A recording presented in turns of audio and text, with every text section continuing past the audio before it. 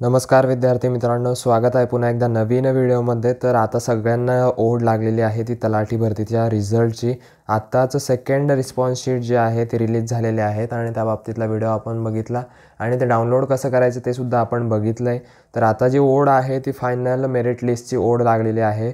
Normalisation होऊन नेमकं marks किती होणार आहेत, किती मार्क्स वाढणार आहेत आणि टॉपर कितीचा येईल, तुमच्या विभागाचा टॉपर कोण असेल आणि तुमचं सिलेक्शन होतं आहे की नाही याकडे सगळ्यांची आता ओढ लागलेली आहे आणि त्याकडेच सगळ्यांचे डोळे लागून आहेत. तर त्या बाबतीत एक महत्त्वाची अपडेट आणि अधिकृत न्यूजमध्ये भूमी अभिलेख विभागाने जे आहे अपडेट दिलेली आहे. तर तीच अपडेट आपण बघणार आहोत. नेमकं कधी जाहीर होऊ शकतो आणि कोणत्या प्रोसेसनंतर जाहीर होणार आहे, काय नेमकं त्यासाठी क्रायटेरिया असणार आहे आणि कशा पद्धतीने जाहीर होणार आहे. तर तोच सगळा त्यांनी त्या बाबतीत थोडंसं मोकळं होण्याचं किंवा मग एक मुलांना सूचना देण्याचा प्रयत्न केलेला आहे. तर तेच आपण आज बघणार आहोत. आपल्याकडे एक न्यूज आहे लोकमत पेपरमध्ये पेज नंबर 4वर आज एक न्यूज आलेली आहे. तर तीच आपण बघणार आहोत. त्यामध्येच जे आहे ते त्यांनी थोडीशी अधिकृत माहिती जी आहे ती दिलेली आहे. तर त्या बाबतीतच आपण आज बघणार आहोत. तर तुम्ही इथे बघू शकता तलाठी परीक्षेत चुकलेल्या 114 प्रश्नांचे मिळणार गुण. तर या तुमच्या टायटल खाली तुम्हाला जे आहे ती न्यूज दिसणार आहे. भूमी अभिलेख विभागाचा निर्णय जाहीर.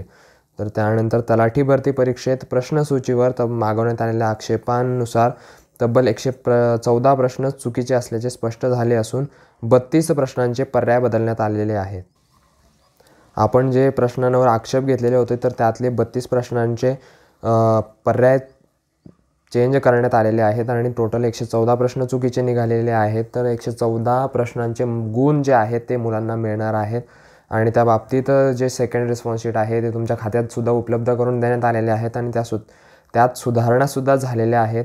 ज्यांचे झाले नसतील तर त्यांच्या कदाचित शिफ्टला ते प्रश्न चुकलेले नसतील किंवा त्यांचा तो प्रश्न चुकलेला नसेल किंवा चुकलेला असेल, त्यामुळे त्यांना मार्क्स वाढले नाहीत किंवा मग त्यांना ते करेक्ट होऊन आलेले नाहीत असं समजावं लागेल. त्यानंतर आपण खाली बघू शकतो राज्यात 4,446 पदांसाठी परीक्षा घेण्यात आली होती. त्यासाठी 8 लाख विद्यार्थी उपस्थित होते आपल्याला माहिती आहे आणि जास्त अर्जांची संख्या असल्यामुळे त्यांनी 3 सत्रांमध्ये परीक्षा घेतली होती आपल्याला माहिती आहे. 17 ते 22 ऑगस्टपर्यंत पहिला, दुसरा टप्पा 26 ऑगस्ट ते 2 सप्टेंबर आणि तिसरा टप्पा जो आहे तो 4 ते 14 सप्टेंबर दरम्यान एकूण 57 सत्रामध्ये ही परीक्षा घेण्यात आली होती. 57 शिफ्टमध्ये ही परीक्षा घेण्यात आली होती. त्यानंतर उमेदवारांना आक्षेप नोंदवण्यासाठी 28 डिसेंबर ते 8 ऑक्टोबरपर्यंत कालावधी होता. त्यानुसार जवळपास 2,881 प्रश्नांवर 16,205 आक्षेप प्राप्त झाले. त्यापैकी 9,000 आक्षेप जे आहेत ते मान्य करण्यात आले. उर्वरित जे आहे ते इनव्हॅलिड ठरवण्यात आले होते आणि त्यामध्ये 146 प्रश्नांचा समावेश आहे. म्हणजे 146 प्रश्न जे आहेत ते चुकीचे निघालेले होते किंवा मग त्यातील जे आन्सर की दिलेली होती ती चुकीची निघाली होती. त्यापैकी आपण बघू शकतो की 114 प्रश्न किंवा त्यांची उत्तरे चुकीची असल्याचे स्पष्ट झाले आहेत. म्हणजे त्यांचे जे दिलेले ऑप्शन होते किंवा मग प्रश्नांमध्ये काहीतरी थोडंसं मिस्टेक राहिल्यामुळे तो प्रश्नच अवैध ठरवण्यात आला आहे आणि त्याचे पूर्ण गुण जे आहे ते विद्यार्थ्यांना देण्यात आलेले आहेत.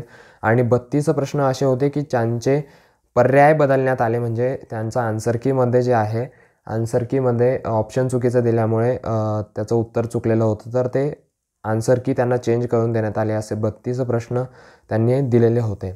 आणि आता आहे अंतिम निकाल कधी जाहीर होऊ शकतो, तर त्यानंतर त्याचे जे निर्देश आहेत ते त्यांनी स्पष्ट केलं आहे. कधी जाहीर होऊ शकतो त्या बाबतीतलं त्यांनी थोडंसं अधिकृत माहिती देण्याचा प्रयत्न केलेला आहे.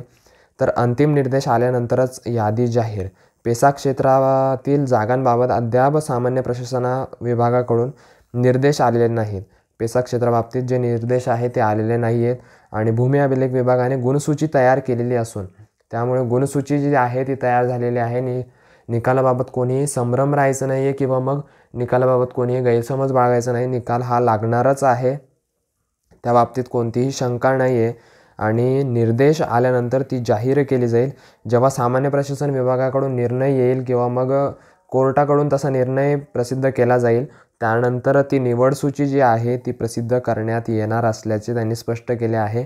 म्हणजे जेव्हा ते कोर्टाचे निर्देश येतील, जेव्हा सामान्य प्रशासन निर्देश देईल भूमी अभिलेख विभागाला, तर तेव्हा ती निवड यादी जी आहे, अंतिम निवड सूची आणि अंतिम जी तुमची मार्क्सची यादी आहे, मेरिट लिस्ट जी आहे ती जाहीर करण्यात येणार आहे.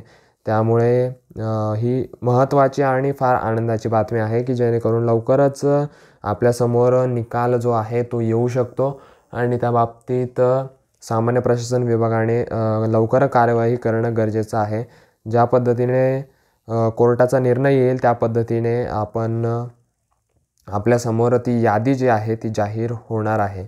तर अजून एक त्यासाठी पर्याय असू शकतो की जे जिल्ह्यांमध्ये पेसा व्यतिरिक्त क्षेत्र आहे तर त्या जिल्ह्यांचासुद्धा ते निकाल जाहीर करू शकतात, अशी सुद्धा एक शक्यता वर्तवण्यात येत आहे.